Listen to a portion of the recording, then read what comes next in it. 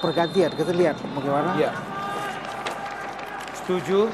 Bagaimanapun juga ini adalah kesempatan terbaik yang tersisa bagi Indra Syafri untuk memberikan kesempatan kepada sebanyak mungkin pemainnya berlaga. Tekanan langsung datang dari tim tamu. Oh, berbahaya.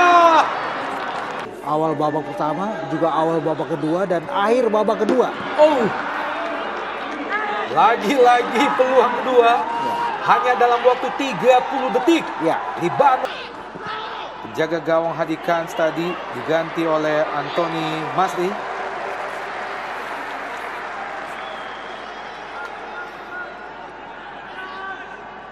Sementara di kubu Indonesia kita masih menunggu adakah pergantian pemain di menit-menit awal babak kedua ini oleh Indonesia.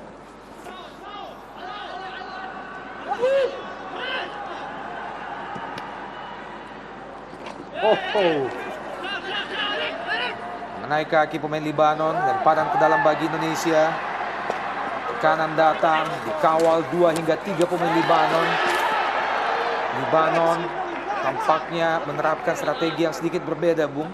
Mencoba untuk menutup laju serangan Indonesia jauh sebelum memasuki daerah pertahanan mereka.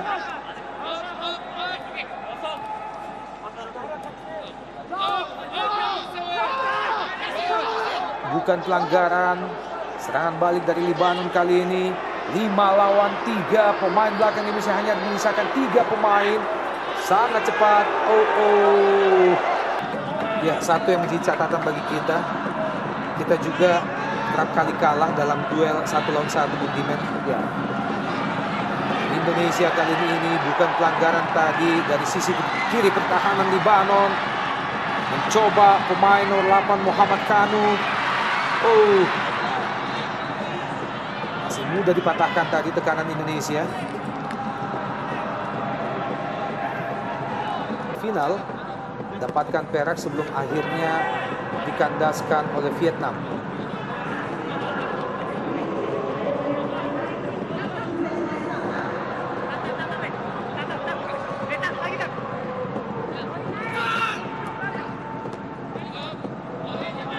Ujian pertama pada SEA Games nanti bagi Indonesia akan tersaji pada laga pertama di tanggal 29 April. Kita akan menghadapi Filipina di grup A. Bagaimanapun kita tidak boleh lengah, tidak boleh terlalu overconfidence. Ada di grup yang disebut-sebut sebagai grup yang lembek sebetulnya. Ya. Banding terbalik dengan grup lainnya yang menghadirkan Thailand, Vietnam, Malaysia, dan Singapura di situ. Tekanan dari Indonesia kali ini lalu mudah terbaca, disapu saja oleh pemain Libanon Alex Al-Ratel. Muhammad Salvan Al-Farid tadi. Ya, untuk tim-tim di bawah usia 22, khususnya di Asia Tenggara ini memang jauh lebih kompetitif ya, Bung Dimen. Ya. Jika dibandingkan dengan tim senior ya. Tekanan kali ini datang dari Indonesia. Masih Indonesia melalui Irfan Johari melebar ke kanan kali ini. Kerjasama 1-2 yang sangat baik, membentur badan pemain Libanon. Ini bola-bola seperti ini sebetulnya milik Witan Sulaiman. Iya.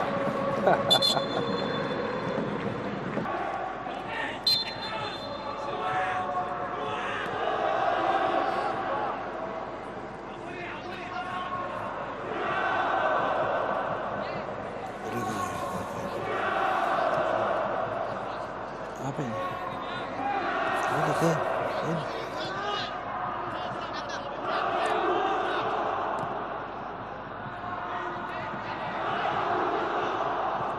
Masih Libanon. Mulai kehilangan momentum Libanon tampaknya. Momentum datang di awal babak kedua tadi, namun gagal dikonversikan menjadi gol. Tekanan kembali lahir. Duel ditutup 3 pemain Indonesia sekaligus. Hasil dimenangkan pemain Indonesia. Ya, masih Indonesia dari sisi kanan.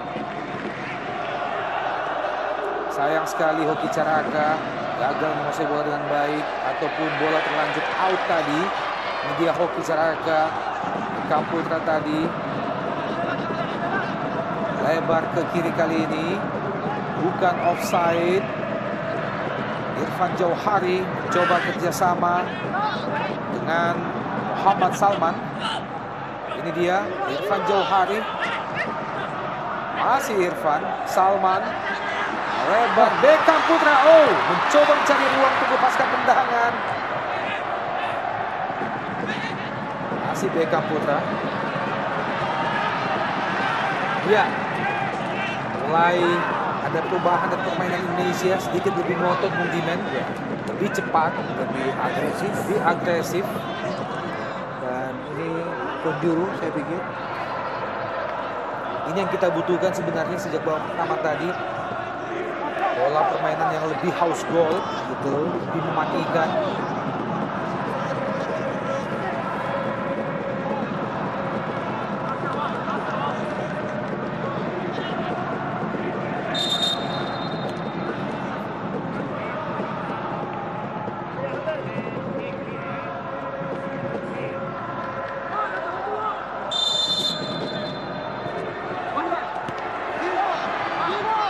Segal Jangko yang memang kita agak sedikit kalah dari duel-duel bola atas di tentang Libanon ya Bung.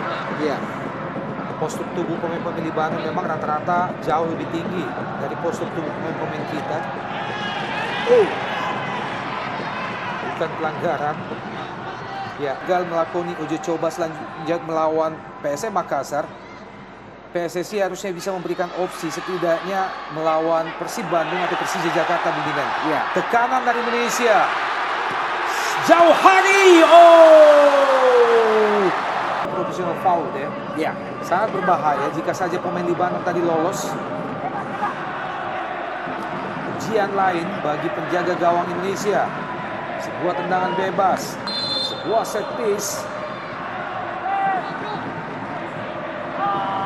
Masih mudah terbaca oleh barisan pertahanan Indonesia. Bisa menjaga konsentrasi. Ya, ada pengalaman, ada pelajaran pada pertandingan di hari Jumat yang lalu. Kita kebobolan di penghujung permainan. Mudah-mudahan tidak kembali terjadi. Ayo Indonesia. Tekanan kali ini dari Garuda Muda Indonesia, offside. Amatan Iya. dari Adi Satrio. Belum ada ujian sesungguhnya, belum ada ujian serius bagi penjaga gawang Adi Satrio ini. Namun setidaknya intercept, antisipasi bola-bola atas, keluar dari sarang, memotong bola sejauh ini sangat baik. Ya.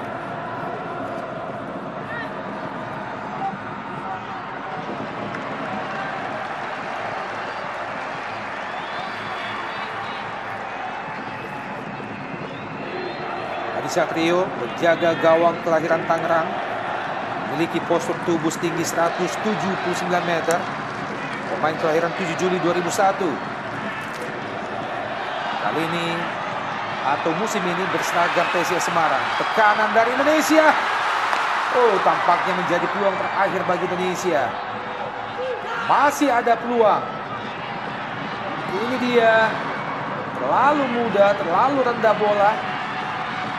Kembali datang 3 kali serangan bertubi-tubi dari Indonesia. Oh.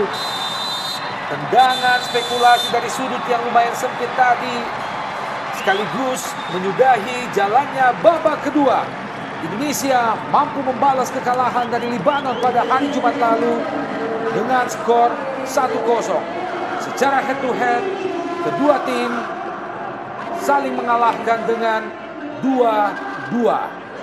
Ini dia pemain yang juga tampil lumayan impresif tadi di sepanjang babak kedua. Muhammad Fadilah Akbar. Sayang sekali beberapa peluang yang lahir, terutama di menit-menit akhir babak kedua. Ada serangan sporadis, setidaknya 4 peluang gagal dikonversikan menjadi gol oleh timnas Indonesia. Kami akan kembali setelah pesan-pesan berikut ini.